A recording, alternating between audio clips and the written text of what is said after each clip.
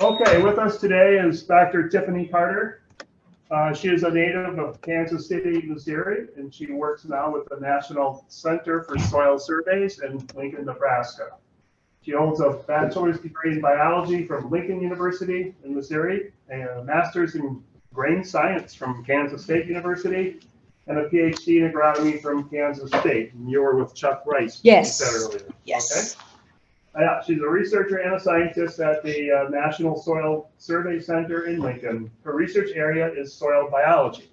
Her current research interests include soil biodiversity, soil ecology, dynamic soil properties, genomics, and linking soil health to biological indicators. Is that what you'll be talking about here? Yes. Okay, very good.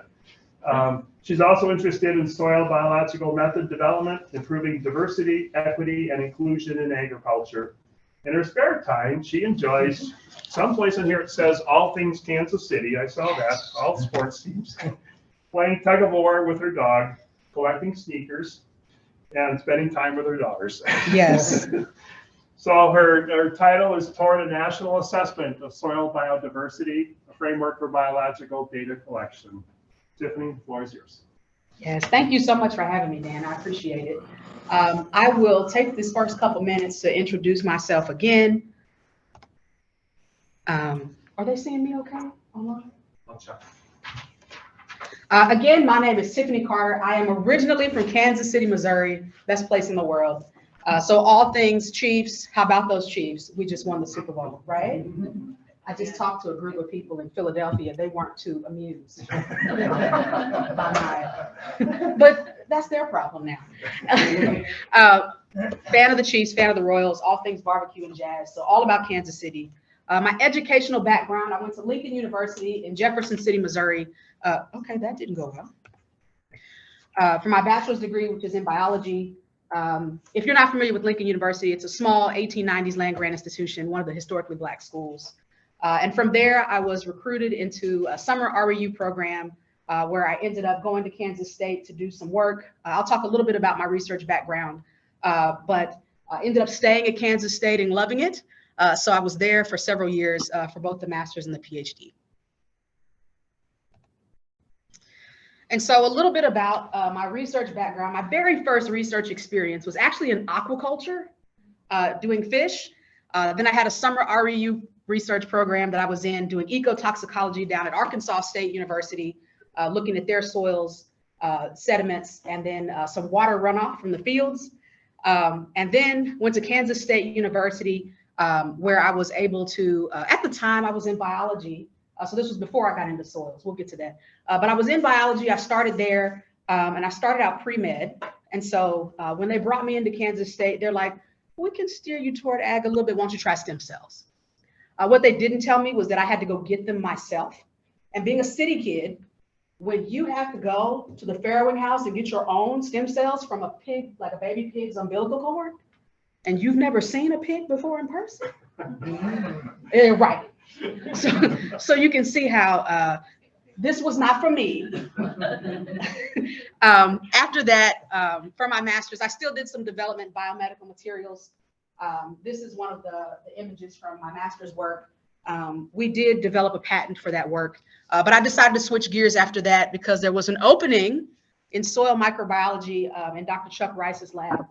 And so there I developed my love for soil biology, particularly the microbes, and then my just general appreciation for maintaining soil quality and soil health. I will throw in here my current position. I am a research soil scientist focused on soil biology. He mentioned some of my research interests, and we will talk about those. But prior to, in between finishing graduate school and then this wonderful position, I was an assistant professor for a couple years at Austin Peay State University down in Clarksville, Tennessee. But when you see that the National Soil Survey Center has an opening for a soil biologist and you can get in there, you go.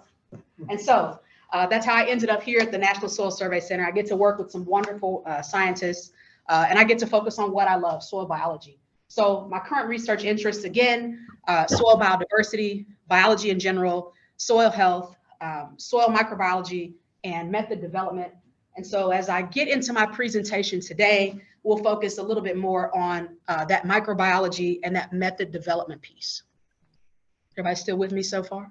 All right. And so let's give a little background information before I tell you exactly what I'm working on. Starting off with soil biodiversity, got a nice image here of the soil food web. Soil biodiversity can loosely be defined as the mix of living organisms in the soil. And so in general, this includes everything that we can see, not see, things that spend a significant portion or their entire lives within the soil. There's a couple things to point out about this. Soil biodiversity is complex. As you can see, you look over at this food web, there are a lot of factors, a lot of things going on, lots of arrows, this thing eating that thing. And so several things going on here. We've got several different levels, various levels of things going on with this soil food web. And each of those levels is actually interdependent on the other, which adds to the complexity. And then if we add just one more quick thing on top of that, it's also influenced by external factors, physical properties of the soil, chemical properties of the soil, things going on with the environment in the soil itself. And so biodiversity is complex. It's not something that is simple to do. And so I have to start with that because it's very important as we continue in the presentation. Even though it's complex, biodiversity is important. The soil biology piece is important because we get a lot of benefits from the soil. This is just an example of some of those things we get. It's a pharmaceutical source.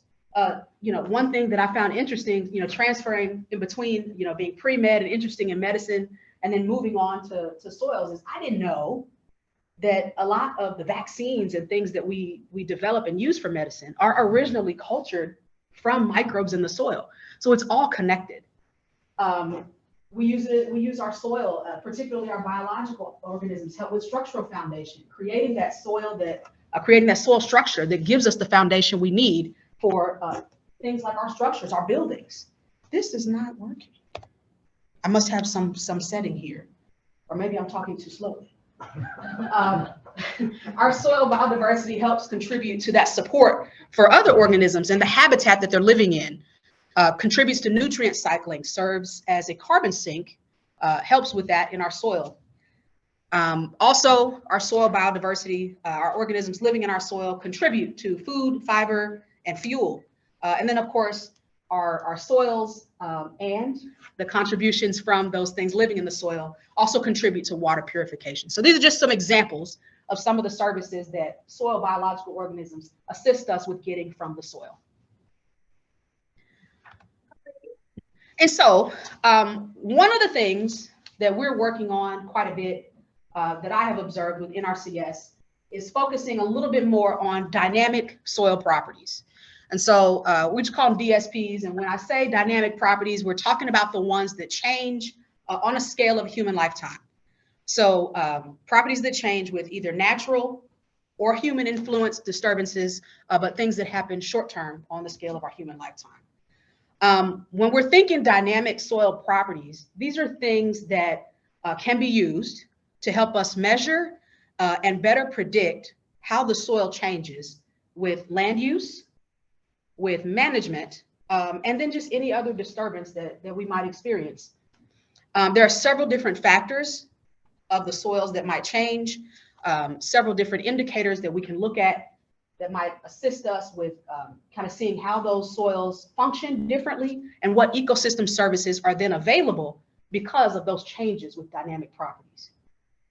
And quite a few of the properties that we are measuring and some of the ones that'll be used for an agreement that I'll discuss a little bit later come from our Soil Health Tech Note 450-3 as recommended soil health indicators and associated lab procedures. So that's where some of those come from. I need to also throw in here some background information that part of what we do at the National Soil Survey Center is we're part of the National Cooperative Soil Survey.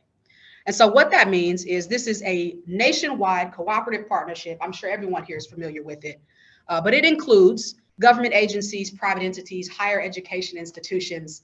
The purpose of having this sort of cooperative group is to assist us, since we can't do it all, with inventorying and investigating, documenting, classifying, interpreting, disseminating, publishing any information that we are able to gather so that it can better serve the people. When we're doing this, we use a common set of standards and procedures.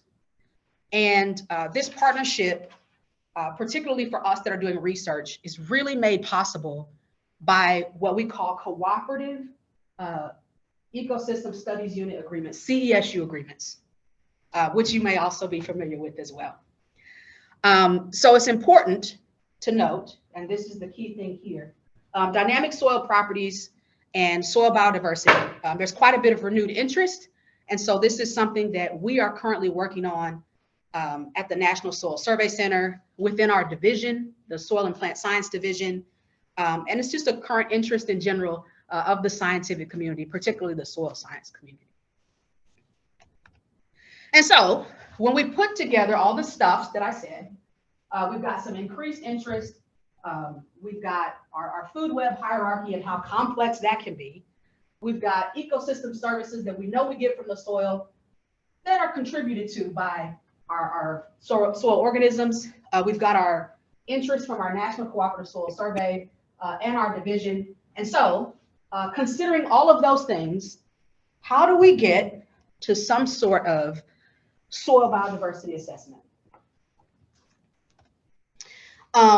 So I want to start with saying that one thing that we know quite a bit about as far as soil survey goes is we have quite a bit of information about our chemical and physical properties of soil, but biological information in general is a bit new for us.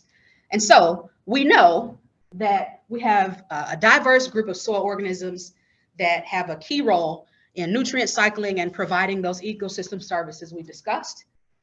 We also know that changing soil conditions, they influence soil organisms, particularly their diversity, who's present, and what functions they're able to contribute to.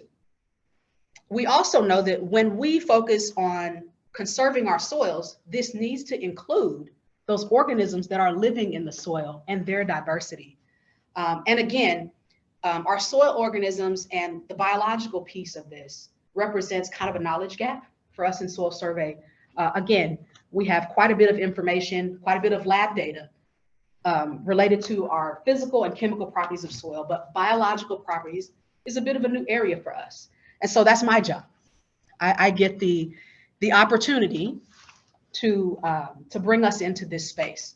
And so it's an opportunity, a little bit of a challenge, but I'm looking forward to it. And so the solution, looking at all of these things in this knowledge gap and bringing me in, the solution here is to somehow build our NRCS capacity to measure and interpret biological status, work toward enhancing our understanding of spatial and depth distribution of our biological organisms in general, but we are starting out with, we have to start somewhere. And so we're going to start with the microbes. And so understanding that spatial and depth distribution of microbial activity and their diversity. And so we have come up with a framework for a soil biodiversity assessment. And so it's a framework at this time. It's something that we're giving attention to. I will come to a slide here later on that gives us a little bit more information about where we are right now with it. So we're in the very beginning stages, but it is something we're giving attention to. And so the overall objective for having some sort of biodiversity assessment is to make sure that we're getting a comprehensive data set from across the US. Again, because we're with Soil Survey, we want to make sure that we're using the framework of our current initiatives. We don't want to reinvent the wheel. We have a lot of good information. We want to add to it. And so we're working along those lines. Our approach in general is going to be, again, using our current infrastructure, current initiatives, add to it, maybe break that down into soil survey regions to begin with, especially as we're looking at where to put some of these pilot studies that we'll talk about shortly. We want to make sure that as we're doing this, we consider those different levels of soil organisms, different trophic levels. We want to consider various land management that might be used on these different properties that we'll be looking at. Certainly, We want to focus on different depth intervals. A lot of us that are doing biological assessments, microbial assessments, we focus on that top few centimeters because that's where we know a lot of things to be most active. But that's not how we do things necessarily for soil survey. And so we want to make sure that we are capturing those top few centimeters of soil, but we're also going by genetic horizon down to at least a meter because we're soil survey. That's what we do. And then as we're doing this, we don't want to just grab the data and have it just to have it. We want to make sure that we're associating it with the data that we have for soil survey, with other soil series, for example, with some of our dynamic soil properties, for example. And so, since that's the overall goal of what we're doing, we have a starting point. Now, as I mentioned before, we're at the very beginning stages, but this is how we're starting. I do have a CESU agreement. The title of that is Soil Biology Status of Representative Soil Series in Managed and Unmanaged Land Systems. The overall goals are to make sure that we're assessing the biology status, identifying relevant biological parameters. We're not even sure that all of them will work, but we're all going to find that information out.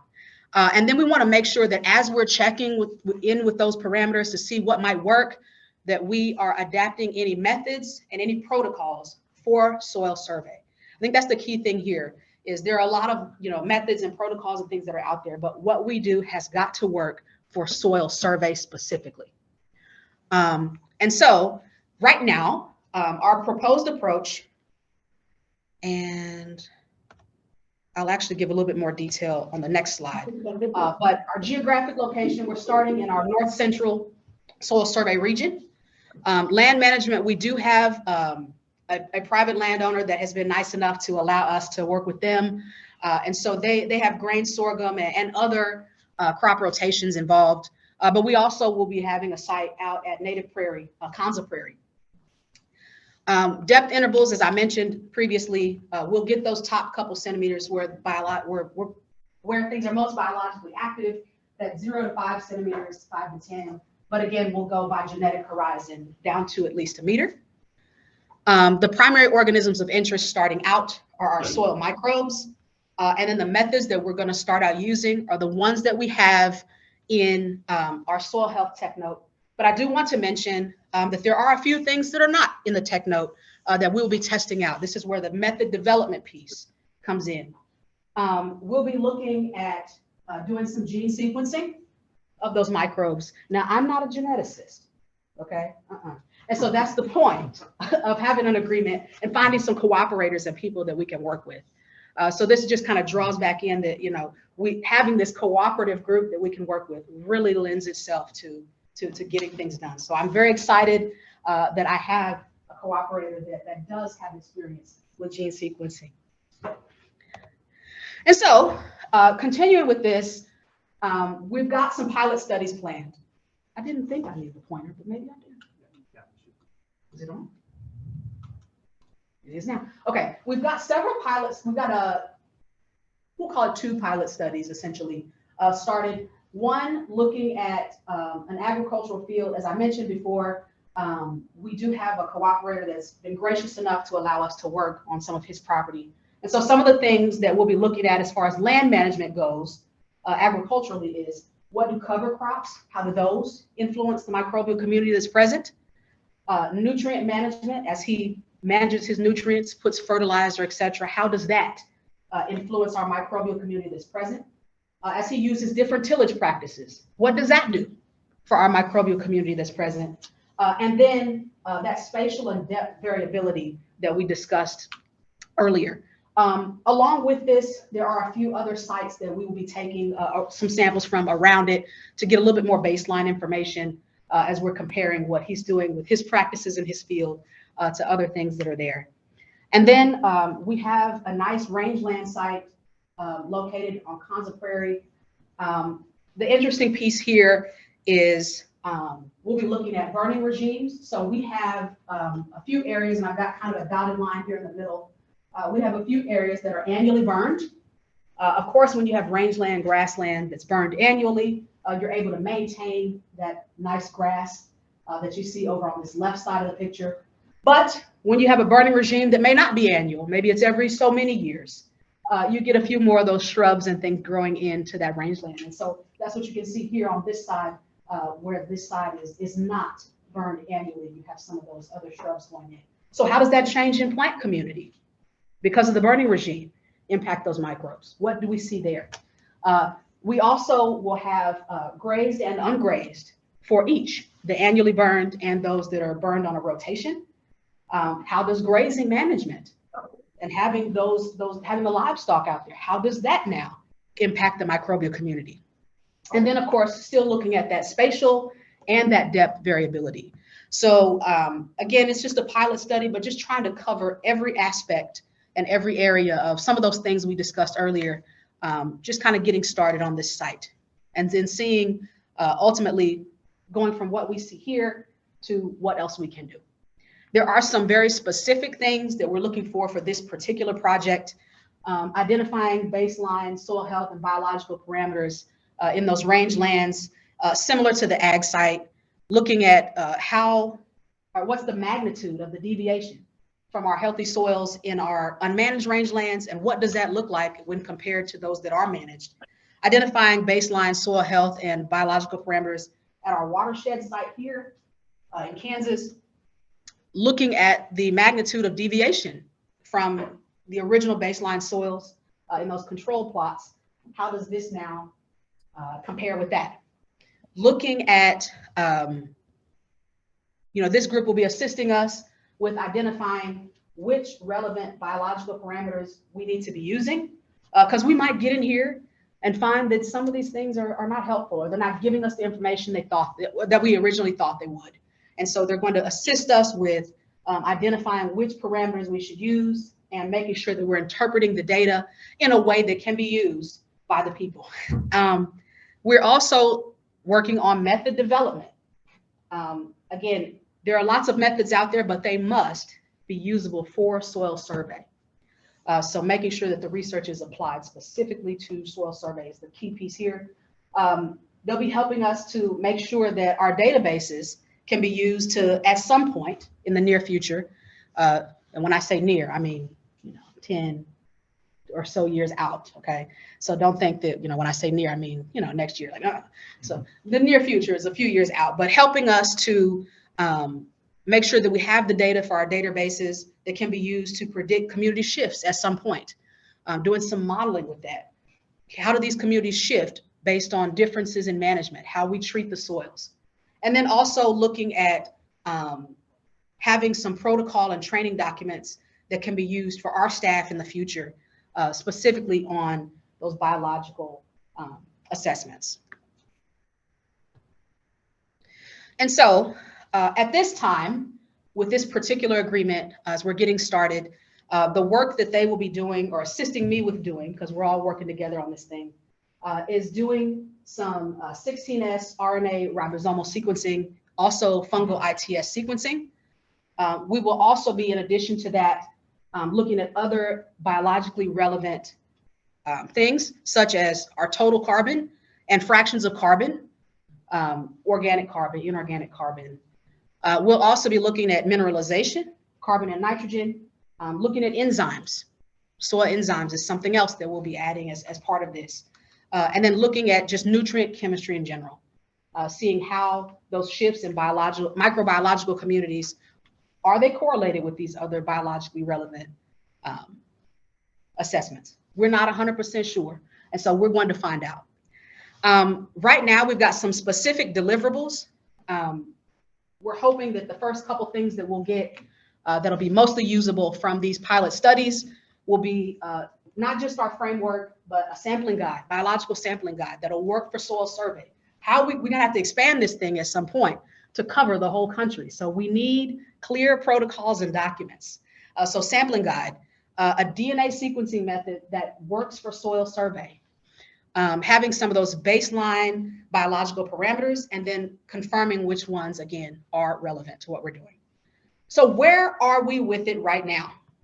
Well, immediately, I had a meeting most recently, maybe a couple weeks ago, with my cooperator So several students have been interviewed, and they're going to select a graduate student to work on this. So we are getting things going, and we anticipate some samples coming in at some point this year. We do have our DNA sequencing method drafted, and so that's something that we're working on testing out now.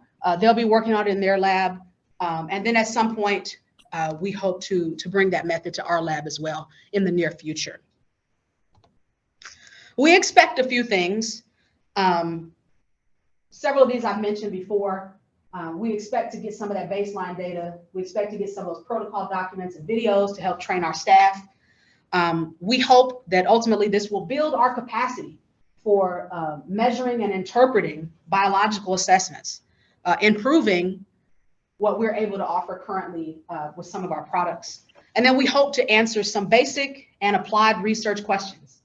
And I won't go through all of them here, but just a few of these questions here, things that we can move into. And so as we're working on this, there are other future research needs and things that we're thinking about, even some things that we're working on today. As I mentioned before, I'm fortunate to be at the National Soil Survey Center and get to work with some awesome scientists, some of which that are helping to look at some of these things. And so with this agreement, we'll be optimizing some additional methods for what we're doing. We might at some point start moving into some of those other soil organisms.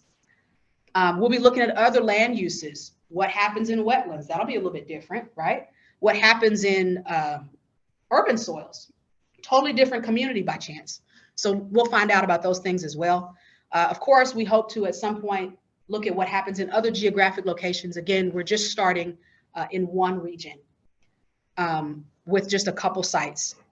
How do seasonal influences, seasonal effects, things that are happening with the season, how does that affect our microbial community that's present? Looking at hydrological influences. Fortunately, we have several researchers on our staff. I won't point them out in the room, but we do have a hydrologist that has assisted me in several ways with looking at how we can bring that piece of this in, because moisture is key for microbial activity, microbial survival, microbial diversity. And so it's all interconnected and interrelated. Also, as we start looking at the spatial scale of our patterns, do we need to consider additional depths? For some of our soils that run deeper than a meter, perhaps we need to run a little bit deeper and see what those communities look like as well, and how they might be contributing to ecosystem services, nutrient cycles, and some of the other things that I've mentioned. What are the correlations between some of our biological measures and not just the microbial community, but maybe some of those other analyses that we're putting in? We may find that some are more relevant than others. We may find that some are a little bit easier to interpret than others, that some might be more useful than others. We're also looking at how, we hope to look at in the future, how can we integrate this into existing products? Are there things that we need to do with our data, optimize the data, put the data where? So how do we make those connections so that we can improve those products? And then ultimately, we hope to scale up at some point and really increase our capacity for biological assessment. I anticipate, I hope, to have good information and to have some data and be complete with this original, again, it's just one pilot study. We hope to be done with it sometime around the end of September in 2026. And so that is our projected completion date for this pilot study. Again, this is just an overview of all that I talked about. And so I do appreciate your time and your attention. And I'm looking forward to the wonderful discussion that we're going to have about soil biodiversity and how we can bring that into soil surveys. Thank you so much.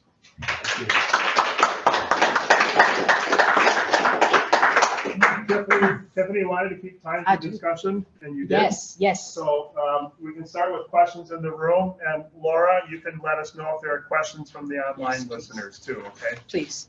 Okay, in the room here, any questions? That means that I was really clear and everybody got it. I'm sure Brian got one. Good question. Thank you very much. It sounds like a really interesting project. Great presentation. I was curious about some of your indicators. Some you might respond really quickly, things like enzyme activity. Yeah. Others, carbon, nitrogen, much slower, bacterial, fungal communities. Maybe an open question of how quickly or how many decades it takes to really respond to some of these things. And how, as you're thinking these, how are you integrating those different temporal scales together in order to make sense of that? Like what is a fast changing thing like potential enzyme activity offer in contrast to carbon and nitrogen? What's your take? That is a great question. Could you repeat the question for the online people? Yes, I'm sorry. That's okay. And then that'll help me make sure I understand the question. Yep. So, and so what I was asked was, as we look at some of these different biologically relevant assessments that we're talking about, maybe enzymes or carbon and nitrogen, how do those things, because they vary on different time scales, things like enzymes may change very quickly versus things like carbon and nitrogen taking a lot more time to see some of those changes. So how are we kind of reconciling those different temporal scales with the things that may happen super fast and the things that might take a little bit more time? That is a wonderful question. And the answer is, we don't know yet. It's the truth. We don't know yet. That's one of the things that we want to look at as we start to make these correlations. And so gathering that data and then seeing how it correlates and seeing what patterns we see is part of this. Because without it, how else are we going to be able to fully integrate it into soil survey? So that's a great way of saying that is one of the questions we have as well. So you're not thinking about the whole genome sequencing because it's the whole genome sequencing give more data than 16S or IP. Yes. So because it's the USDA has its breeder, all different type of plant breeder. They wanna, because the sequencing prices is so low nowadays and very easy to working on it. And then they have a specific sequencing lab for the whole breeder. They bring the sample.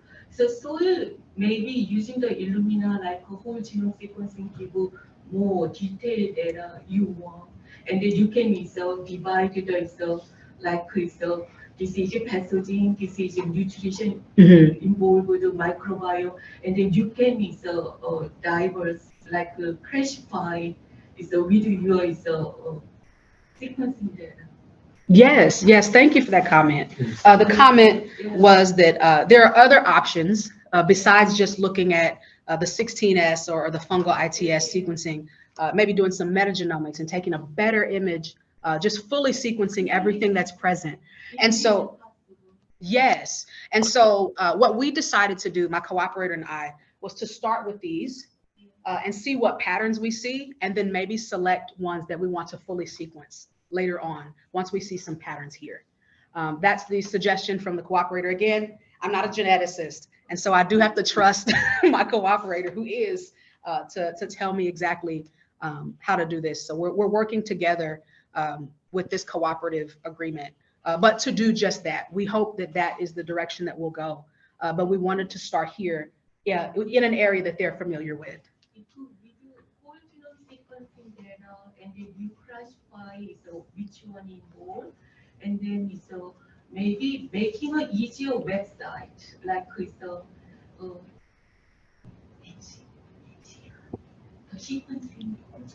NCDI is they put a lot of data. Yeah. That they can blast it using the website for every community. Maybe soil needs to be, so if you want to go to the soil biology, like that, maybe just a small sequencing data not working, is thinking about sequencing and then making a website so everybody can use it. Yeah, thank you for that suggestion. Suggesting that we do the full sequencing and then hopefully find a way to do a website so that people can go back and correlate and look at, yes, how those genes are now associated with other things. So thank you for that suggestion, and happy to talk about that some more too if you have some more suggestions. No, I want to hear it. It's valuable, and I want to hear it. Seriously. that's how we do this, right? We all have ideas and come together. So thank you. I appreciate the suggestion. Other question? Dana? So is it also in the long-term range of goals for this project to try to identify improving ecosystem services from the soil, like water storage to reduce flood risk and things like that, and then come up with indicators as how you're improving on that Now, goal? yes. So let me make sure that I have the question right. Is one of the future goals of this to improve ecosystem services such as water, and looking at how those microbial communities might influence those ecosystem services so that we can use that information to improve land use and other things that we're doing. So yes, that's a wonderful question. I hope that we can get to that point, but we're in the very beginning stages of just kind of gathering that data and seeing what it means first. And so, but that is the hope, is that at the end of the day, once we have gathered the data, we see what it means, and we know the interpretations, that information can then be used by others to do just that. Okay, another question? I'll ask one. I'll stay over here so you don't have to repeat it. We can share this. We can You're share right. this. You're right. I think your presentation did a good job of listing several different factors that would influence your results. But are they gonna, will these management and so forth, crops, will they by themselves completely dictate what you're gonna find, or do you expect to find some other results that are endemic to that soil type? Do you expect the soil type itself to have some influence as well as to what you're going to find? You know, the comment is that biodiversity, microbial measurements are transient, and they may come and go depending upon the conditions at that moment. And I wonder if maybe the soil type itself does it have no effect at all? Or is there some background effect of the soil type that should persist and maybe be modified by these factors that you identified? Does that make sense? Yes. Yes, and I actually love that question, because that's one of the things that we hope to move into and find out. That's one of the reasons for making sure that we're not just grabbing things from the surface, but that we're going all the way down into the soil profile and relating it back to what we do for soil survey. Since soil survey is how we got all of that information about soil type and that type of thing, we want to make sure that we are relating what we find back to that. The ultimate goal here is to make sure that we're not just doing the research, but we're doing it so that it can apply to soil survey. So absolutely, that's what the goal is.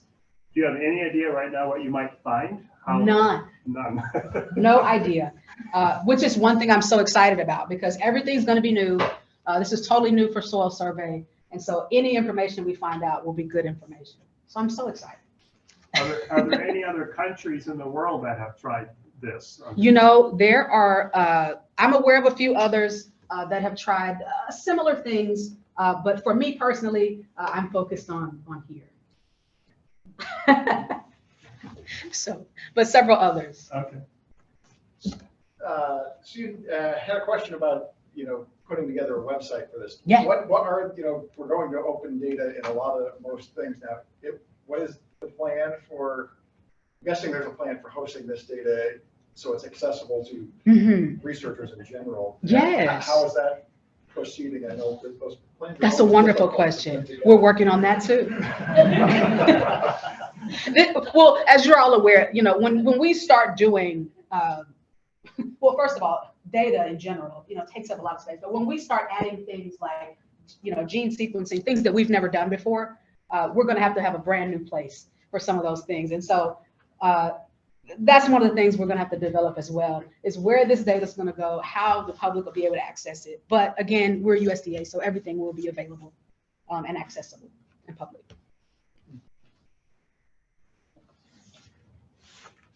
So Tiffany, Yeah. I'm really curious about so let's say you collect this data, you make the website that Brian's talking about, then the public can see this information. So I'm a farmer, what will I do with that information? Like, kind of the so what to the producer? Sure. Yeah, so we're in the really early stages of that. I think that's the importance of making sure that not only, as we're gathering data and seeing what we can see, that we focus on the interpretation piece of that. Once we have that, then we will be able to assist the farmer with figuring out, okay, this is what you have here. This is the type of biological activity we think that you might have based on the information that we have. And so this is how you can best take care of it. We've gotten, at least I personally have gotten a couple questions directly from producers that are interested in this. And so when I said there's renewed interest, it's not just our interest. It's not just government entity interest. It's not just even higher education institutions, but producers are interested in this as well. So it's a global interest, I'd say, a renewed global interest in soil biodiversity.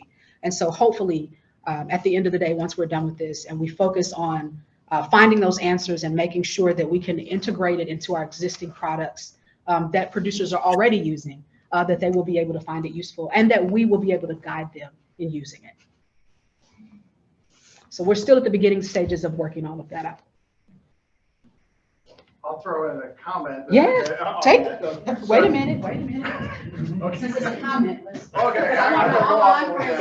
Because I don't think I repeated her question. Oh, yeah. Yeah, so we're addressing what's the purpose of this? How is this going to matter to producers? And so I'm working on a project with the Nebraska NRC, Nebraska, Kansas, Iowa, Missouri NRCS state level on ephemeral gullies. And essentially, we're building a database of management practice, or database of gullies right now, but then we're eventually going to be able to associate that with management practices. And essentially, we're creating a database that hasn't existed before to start answering these questions of what practices can farmers use to really reduce the likelihood of gullies on their.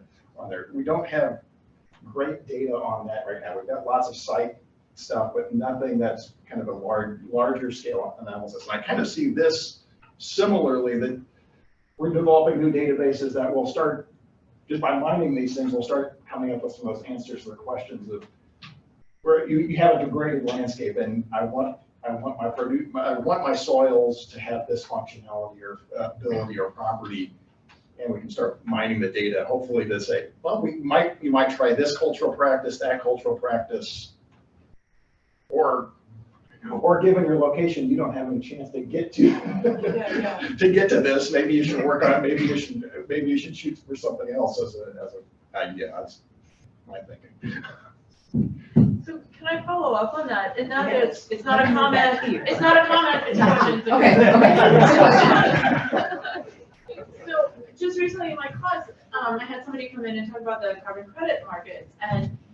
Okay, measuring carbon credit or measuring carbon changes to get credit is like all over the board. I mean, it's like the Wild West. So is this kind of data going to actually help in those kind of scenarios, do you think?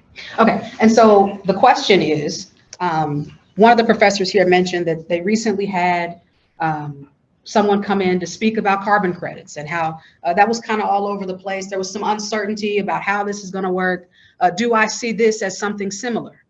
No. I messed it up.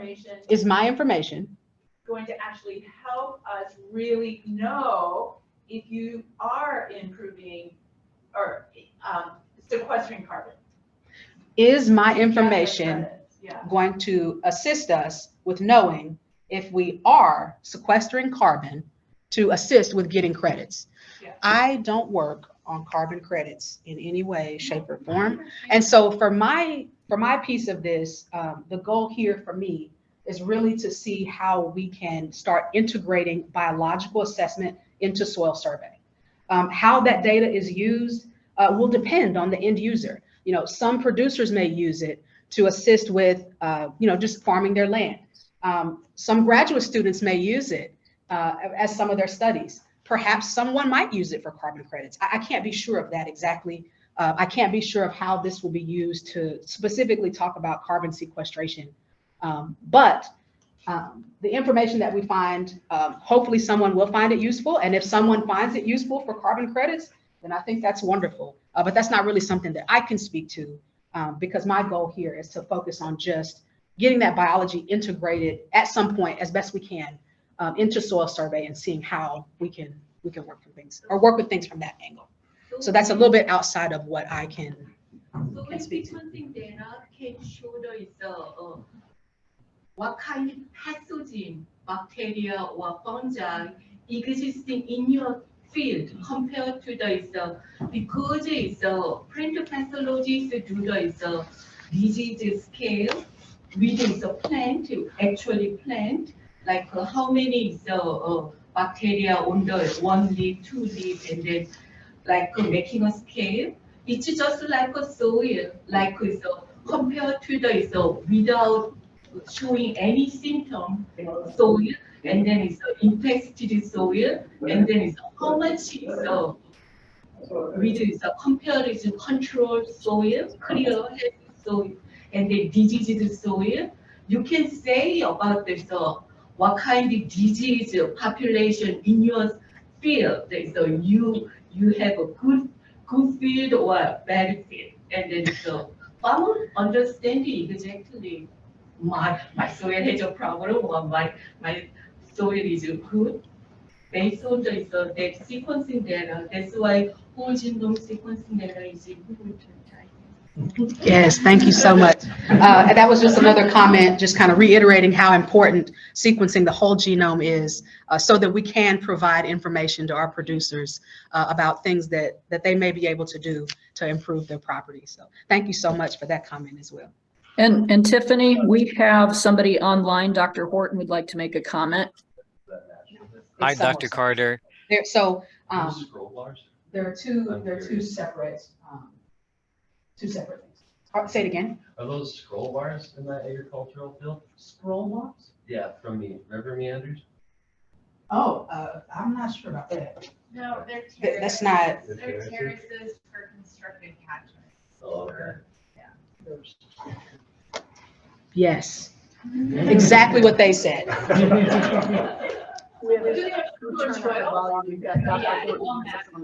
Turn up the volume. Okay. Yes. Trying to get the volume turned up so they can hear you, Dr. Horton. Dr. Horton. Hello, Dr. Carter. There he is. I can hear you. Can you hear me? Yes. Okay. Hey, my name is Bob Horton. I'm on the faculty here in the agronomy department, and I just want to tell you I really appreciate your presentation today.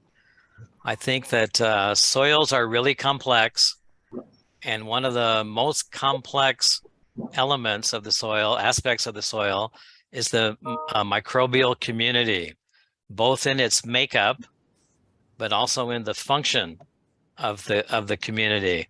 And so the work that you described today, I think, is a great step forward on making some advances on understanding that and bringing some order and organization to that.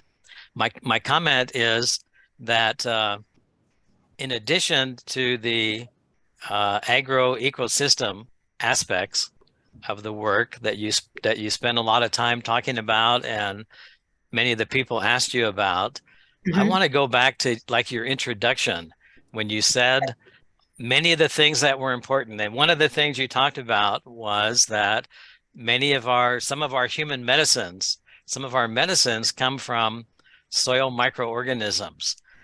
A couple of weeks ago, it was in the national news about this fungus, Candida auris, how it's increasing its effect on people, and it's like a superbug.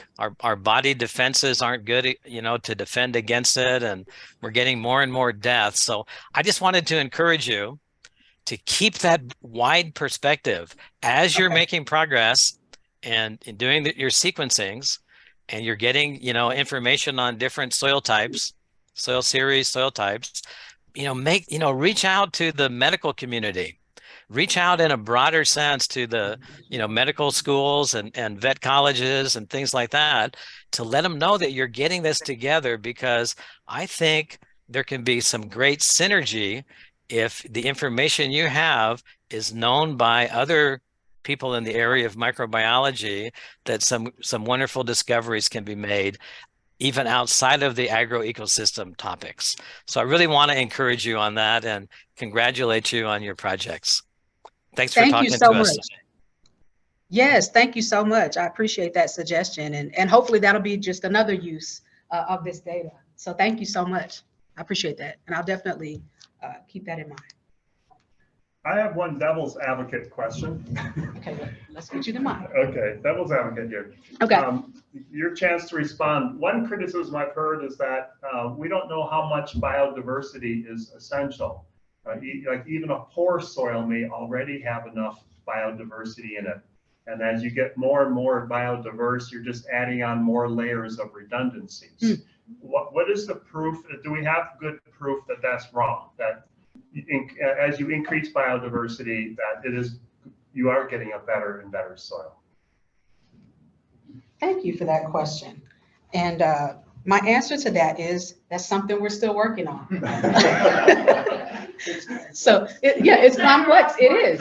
Seminar in about 10 years, please. Yes, or you know what? Even if you wait, let's go to the previous slide. Just give me a couple more years, right in here, toward sometime in 2026, and let's talk about this again, because but yeah, we don't know yet, and so that's hopefully something that we'll find out. And it doesn't just necessarily have to be from this project. Of course, the scientific community is contributing to this as well. And so as we start seeing what other people are working on, we continue our work here. Hopefully those are the kind of answers and things we'll find out.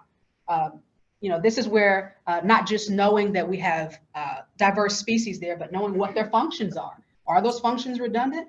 We'll find out. So unfortunately, this is one of those, stay tuned to see what we do next. Okay. Okay, we're already past time.